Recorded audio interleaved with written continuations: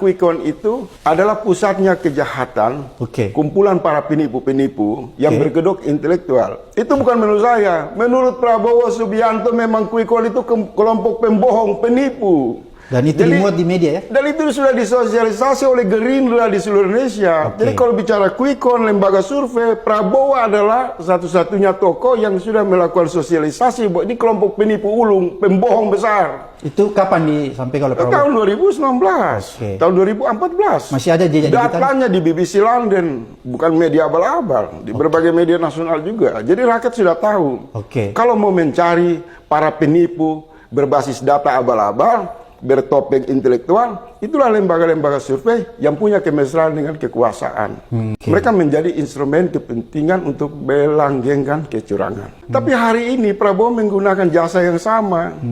Jadi lembaga survei itu lagi. Seolah Prabowo bekerja sama dengan pembohong untuk bagaimana bisa menang dengan cara kebohongan. Maka rakyat akan berkesimpulan, bisa ya, 2 kali dia dicurangi. Kemudian karena dia dicurangi tersebut, dia harus bersekutu dengan lembaga penipu publik, pembohong publik untuk mendapatkan kemenangan secara curang. Yang berhak mengumumkan kemenangan itu KPU.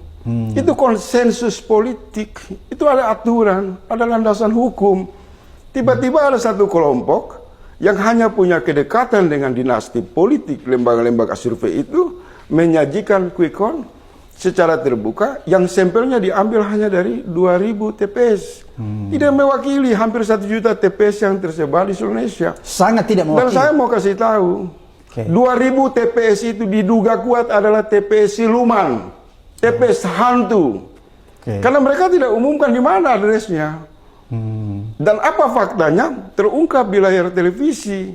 Ternyata hasil Quick Count itu sudah dirancang pada tanggal 13. 1 hari sebelum tanggal 14. Itu sekarang beredar di seluruh media sosial. Artinya apa? Ini satu desain penipuan dari watak politik dinasti yang selama ini sudah secara terang dan tegas disampaikan oleh para akademisi, guru besar, para pakar hukum.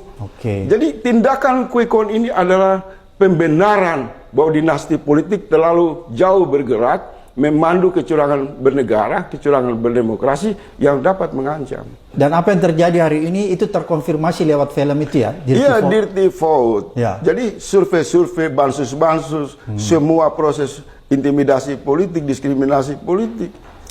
Hari ini terbukti. Kalau kecurangan ini dibiarkan, berarti kita menghasilkan pemimpin bermental pencuri, pemimpin bermental maling, karena dia lahir dari lembaga-lembaga survei yang dipandu oleh aneka opini kebohongan. Ini kalau sudah terjadi seperti ini, kecurangan yang begitu masif, yang seharusnya kalau menurut Bung Faisal bilang, ada data yang memperlihatkan real count sementara, itu kan menunjukkan bahwa sebenarnya posisi Amin. Saya mau bilang begini Bang, hari ini terjadi gerakan rakyat di berbagai media sosial. Dari 800.000 TPS yang tersebar di seluruh Indonesia, C1-nya mulai dipublik oleh rakyat di berbagai media sosial. Memberikan indikasi kuat, Anies itu sangat berpeluang masuk ke putaran kedua.